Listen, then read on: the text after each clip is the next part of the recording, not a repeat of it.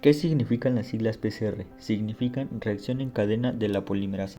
¿Qué son las PCR? Las PCR son una prueba muy rápida y precisa que sirve para diagnosticar algunas enfermedades infecciosas o cambios genéticos. Permiten amplificar diminutos segmentos de ADN millones de veces y así se puede detectar un fragmento del material genético de algún patógeno. El ADN contiene la información genética de todos los seres vivos.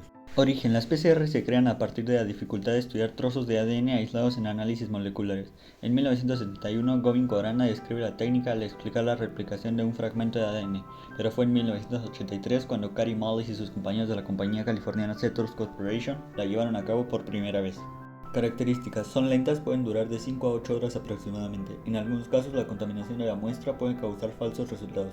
En la actualidad, debido a la pandemia, las pruebas PCR se han vuelto escasas por la alta demanda. Estas pruebas por lo general no requieren ninguna preparación especial. Al hacerse esta prueba no se presentan riesgos en quien se haga. ¿Qué se necesita para llevar a cabo una PCR? Una plantilla de ADN. Se necesita el ADN que se va a copiar, generalmente se extrae y se purifica. Cebadores o iniciadores. Son pedazos cortos de ADN de cadena sencilla, generalmente de unos 20 nucleótidos de longitud. Estos se unen a la plantilla del ADN por los extremos y sirve para que la polimerasa inicie la reacción para empezar a sintetizar el material genético. Una ADN polimerasa. En la PCR se le conoce como Taq polimerasa, la cual es ideal gracias a su estabilidad térmica, pues el proceso de la PCR implica cambios de temperatura que tienen lugar en un equipo llamado termociclador, que se programa para alterar la temperatura, y de esta manera la Taq polimerasa puede cumplir su función de sintetizar el ADN. Trisfosfatos de desoxirribonucleótidos.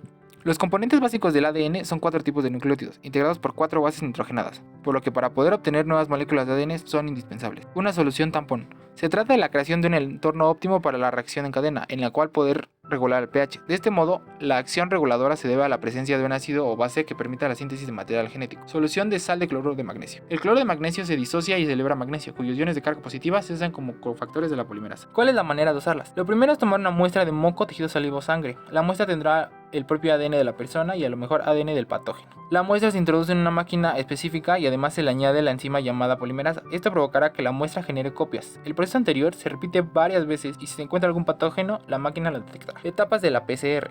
Desnaturalización. La reacción se calienta a alta temperatura. Hace que los enlaces de hidrógeno entre las bases en dos cadenas de la plantilla de ADN se rompan y se separen, generando así dos cadenas sencillas de ADN, las cuales proporcionan los moles de cadena sencilla. Alineación del ADN. La reacción se enfría para que los cebadores puedan unirse a sus secuencias complementarias en el molde de ADN de cadena sencilla.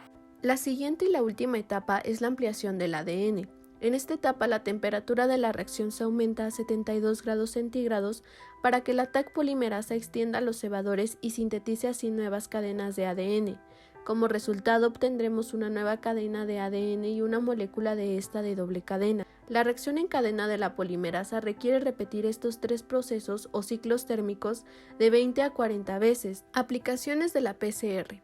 La PCR se utiliza en muchos laboratorios de investigación y también tiene aplicaciones prácticas en medicina forense, pruebas genéticas y diagnósticas. Tipos de PCR. Hoy en día existen numerosas variaciones según el objetivo y los requisitos que se tenga. Las más habituales son PCR anidada, PCR in situ, PCR múltiple, RT-PCR con transcriptasa inversa y PRS de células viables.